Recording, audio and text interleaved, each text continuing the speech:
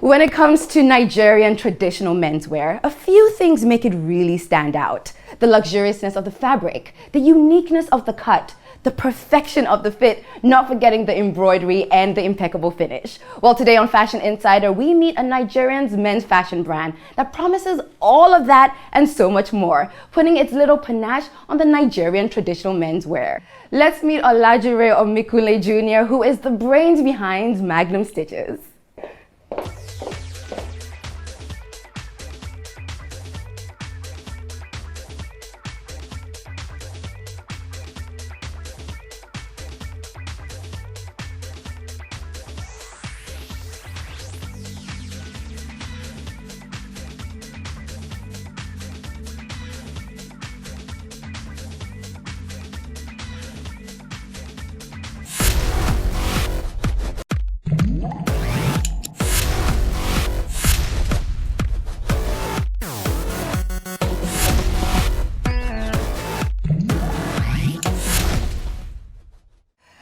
Hi, Jide. How you doing? Welcome to Fashion Insider.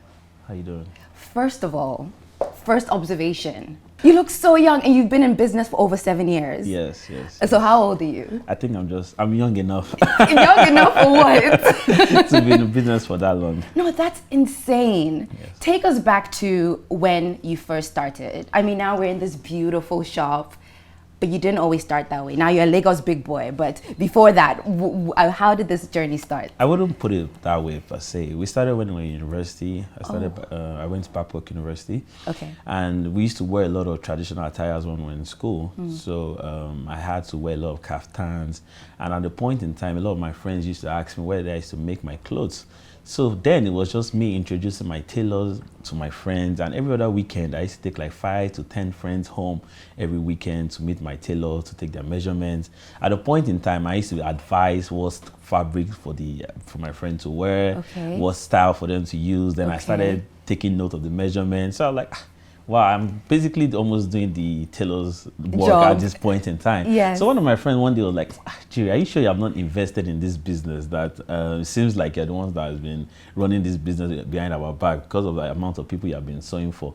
So one day I was just thinking about it on myself. I was like, why not look into it? And the funniest thing is my tailor then now came into to my house, and I was like, that is trying to leave where he was at the moment, that is thinking of starting over. Like, well, I'm just starting on setting up a tailoring business myself. Why don't you look into it? And that's how Magnum Stitches started. So what did you study in university? Political science. I studied political science, wow, and now really? Look at us. Completely strayed away from what we studied. Yes. And I think that's why it's so important for people to try and follow their passion from a very early stage. Yes. You know, I think it's always very important. So you saw a business opportunity in that, which means you're a very business-oriented person. To an extent, yes. Okay, yes, okay. Yes. So have you actually gone to tailoring school? No, I haven't. Okay. No, I haven't. So you've learned on the job? I've learned on the job. I've gone on my way to study and do more research online. You can find everything online nowadays. Google is our best friend. Yes, and I hire competent hands to also make sure that things go as I like. That's right. Yes, and everybody that you hire is Nigerian, or do you get hands from all over Africa? Okay, so for our tailors, because the brand is Magnum Stitches Africa, and the idea is for us to be able to take Magnum Stitches to Africa, to the world. So the idea is we have tailors from Ivory Coast, we have tailors from Senegal, we have tailors from Benin Republic, so we can be able to meet up with every standard as much as possible. And they also bring like a different kind of flavor to it as well. And I think that's what sets Magnum Stitches aside from every other fashion brand. Yes. I see. I see. So now we know your little secret. Well, yes. Now we do. When it comes to traditional wear for men, there are a lot of shops that do it. Yes. You know, whether it's bespoke, whether it's mass production. First of all, how do you deal with that competition? There are 25 million people in Lagos State. Okay. I always say there are about 5 million people in our market. We produce about 300 to 400 outfits every month.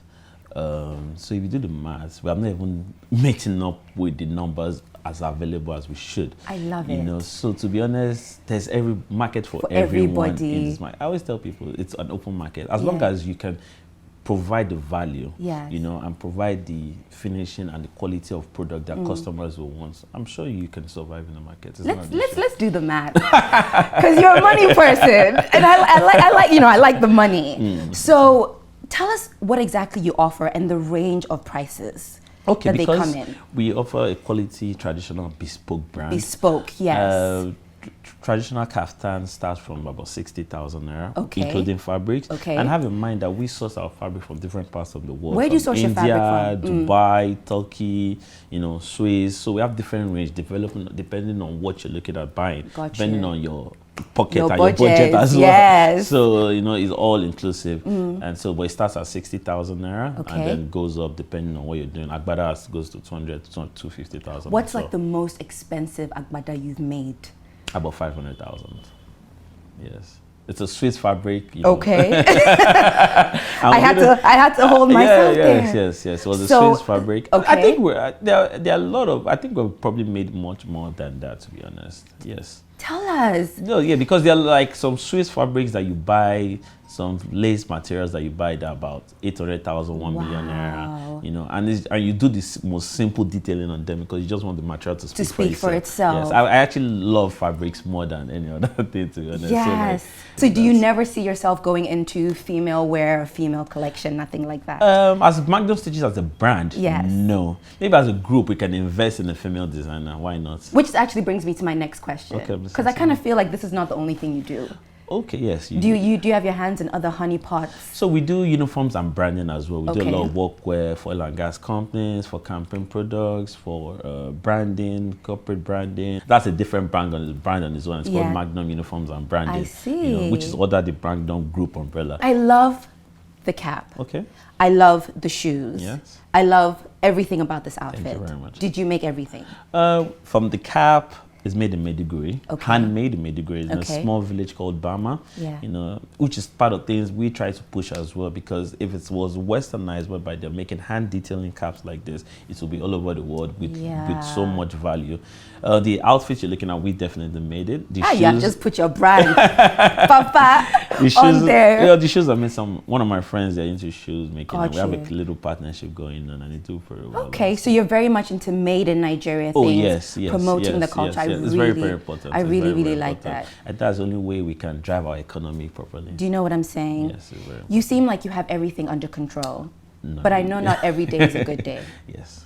Tell us about some of your worst business days and how you get over that. Tailoring is usually a troubleshooting job. Okay. Because you have last minute customers. You have some customers that they have their wedding the next day, and for one funny reason they have not made their outfit. Okay, so now let me tell you the worst one that's ever happened. Tell me. So this Saturday morning about 1:30 a.m. the groom called me that he's at the hotel and he dry cleaned his outfit and shredded, and his wedding was 8:30 Saturday, the next day.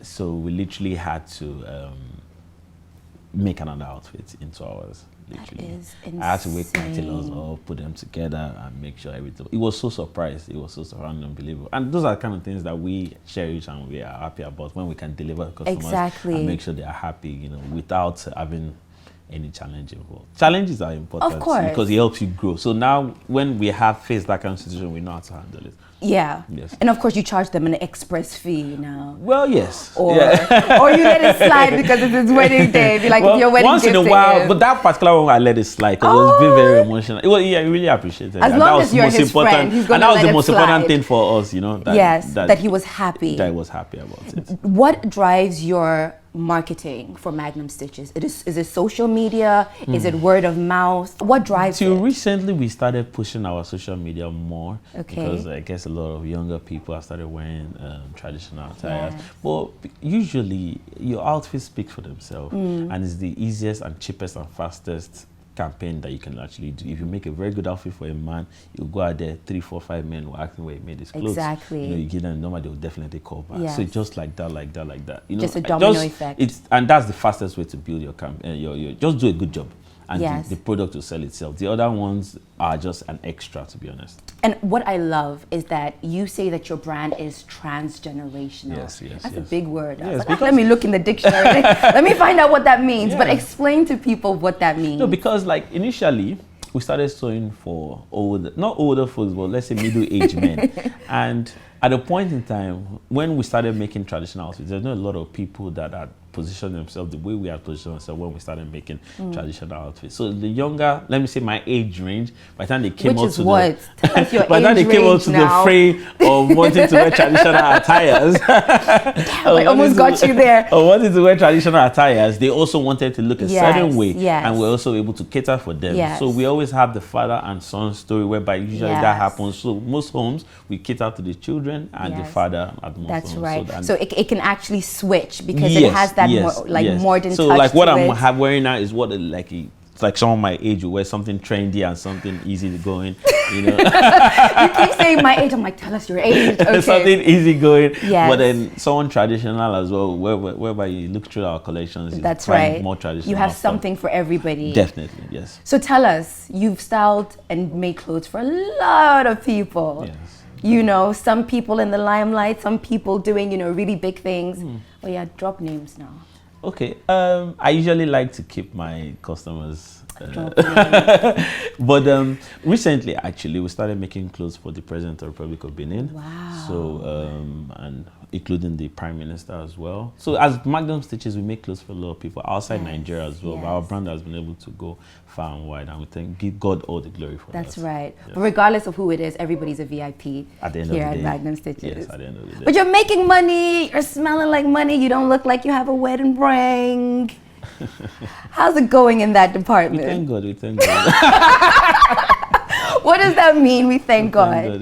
Is it hard to balance a personal life with your work life? Because there's a lot of work. Things are usually always busy, but then it's in the pipeline. Yes. Yeah. So we are going to be... It's in the pipeline. You'll be first to know. Ashoke ready. Listen, it's been amazing speaking to you. Same here. I think people have been or will be inspired when they hear your story. Hopefully.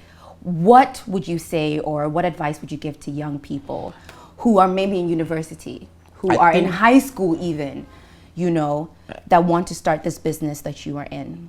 As I said earlier on, the most important thing is find your target, find your goal, and your objective, what you're trying to do, and just take focus. Okay. Consistency is the most important thing. As long as you're consistent, it will definitely pay off. And do you need to have a love for this fashion business and this creative business, or you can just, as long as you're someone that's determined to grow at whatever you're trying to do, I believe you can do anything. Okay. Yeah, to be honest. Wow. Thank you so much for being here. No problem. This was easy, right? Yeah, it was.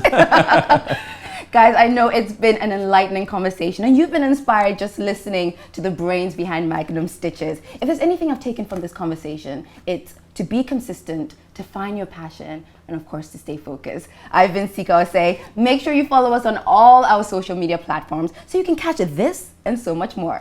See you later.